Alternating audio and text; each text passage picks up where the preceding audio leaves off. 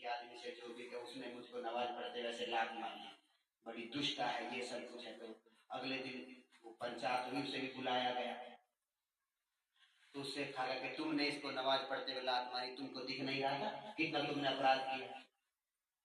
वो कहने लगी, जिससे भी फैसला हो रहा था राजा से, जिससे भी किसी बड़े व्यक्ति से, कहने लगी मैं क्षमा चाहती हूँ, मैं अपने प्रेमी में इतनी आसक्त थी, उसके चिंतन में ऐसी खोई थी कि मुझे पता ही नहीं लगा कि इनमें मेरी ठोकर लगी। मैं तो एक भौतिक शरीर वाले एक भौतिक पुरुष के प्रेम में इतनी खोई थी कि मुझे ये पता नहीं लगा कि इसके ठोकर लगी। लेकिन ये तो अल्लाह की इबादत में खोया हुआ था, इसको कैसे पता लग गया कि मेरी ठोकर इसने मारी, अर्थात इसकी इबादत झूठी थी। ये खोना नहीं है, खोना वो है जो तन की विशुद्धि ना रहे। कभी कभी ऐसा भाव आता है भक्ति में, नाम जप करते या कीर्तन करते कि पता नहीं लगता हम क्या गा रहे हैं, उसे सुन के दूसरा क्या सोचेगा, ये भी कभी मन में विचार नहीं आता। वो ही है वास्तव में खोना भगवान की भक्ति में।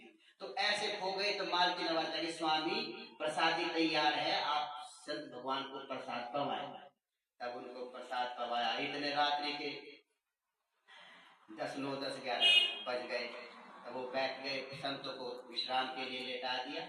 जो शीत प्रसादी बची उसे हिम्मतदास जी कहने लगे, मालती इसको रख दो, हम सुबह में पा लेंगे। और सुबह में जो संत होते हैं, जो यात्रा करते हैं, मुसाफिर सबसे उठते हैं जब जाना दूर होता है। सब माने बहुत जल्दी सुबह में। जो पैदल यात्री चलते थे, जब दूर जाना होता सराय में रुकते तो 3 बजे उठ के चल पड़ते, ठंड में मंजिल तय कर लेंगे, फिर गर्मी में नहीं चला जाएगा। तो ऐसे ही संते अपना 3 बजे उठ करके हिम्मतदास जी से इजाजत लेकर के अपना चले गए।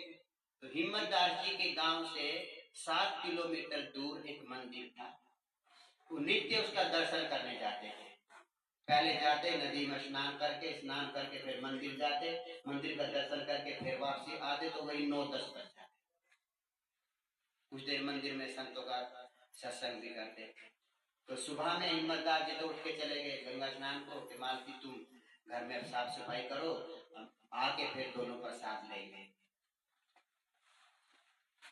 वो तो नहाने चले गए। उधर राधा रानी ने भगवान से कहा, प्रभु आज तो हिम्मतदास की परीक्षा की एक सीमा पार हो गई, आज तो मेरी भक्त मालती की नथ भी गिरवी धरी गई। वो नथ मालती की नहीं, मेरी गिरवी धरी गई। भगवान अपने भक्त की उधर राधा रानी की ऐसी भावना को नहीं सह सके, तो तुरंत आए और हिम्मतदास का भेष बना लिया। आकर उनके गांव में आए और जो कीर्तन हिम्मतदास जी करते थे, श्याम चंदा चकोरी श्यामाकारी, उसी को करते करते गांव में प्रवेश किए।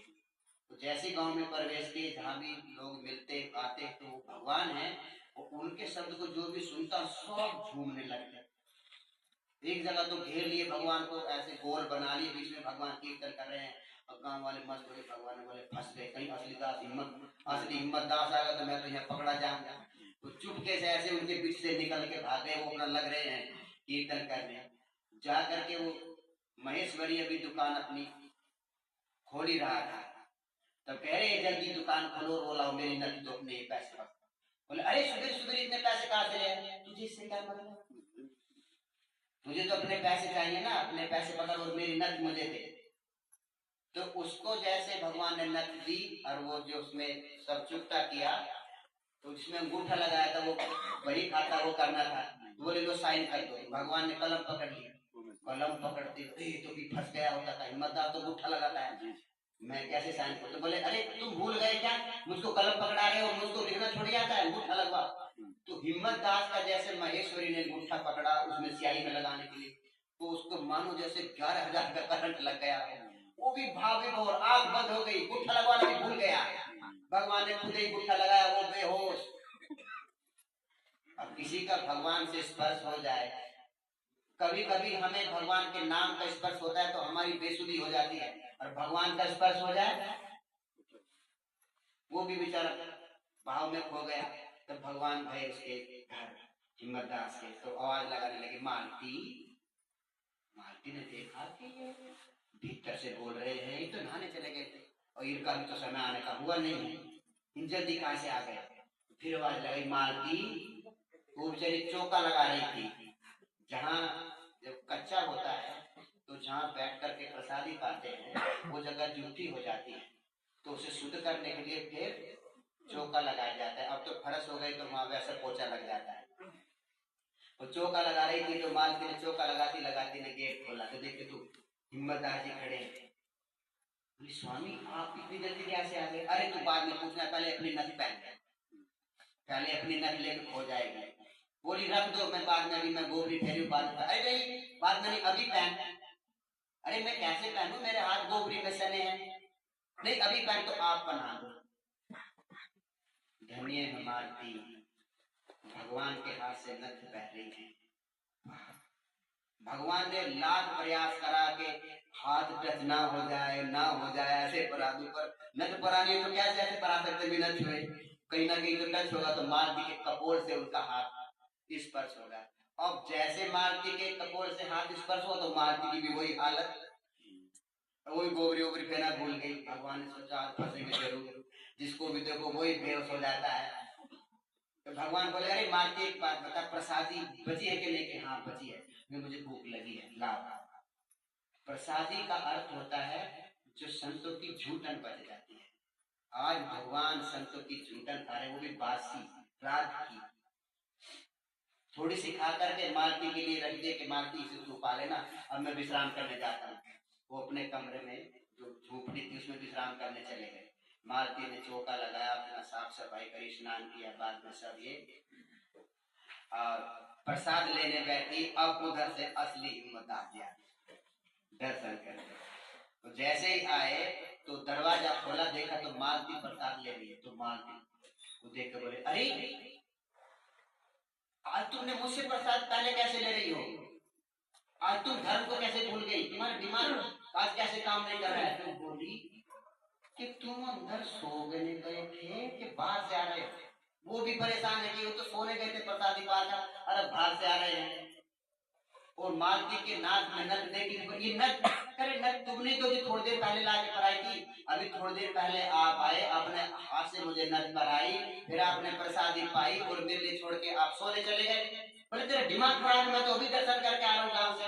नथ कौन लाए के? आप ही तो लाए थे, मैं कब लाए थे? थोड़ी देर पहले लाए। ऐसा जब हुआ तो हिम्मतदास ने सोचा कि जब नथ आई है तो कोई ना कोई तो लाया होगा, कि तुझे तो बाद में देखूंगा, पहले महेश्वरी के दौरे जाता हूँ। महेश्वरी के दौरे देगा तो महेश्वरी बेहोश, उसे झगड़ाए क्या हो गया महेश्वरी?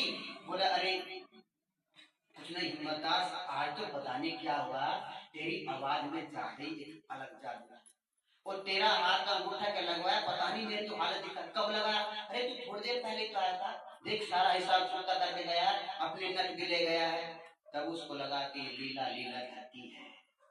तब भागे फिर मालती के पास में गए और मालती के चरणों में पड़े जाए। मालती तू धन्य है, इसके लिए जीवन भर में घर से 7 कोस जाता रहा डेली दर्शन करने के लिए, वो आज भगवान साक्षात आकर के तुझे अपने हाथ से नथ परा के गए हैं, और देख मुझे अभागे को, मुझे उनका दर्शन तक भी नहीं है।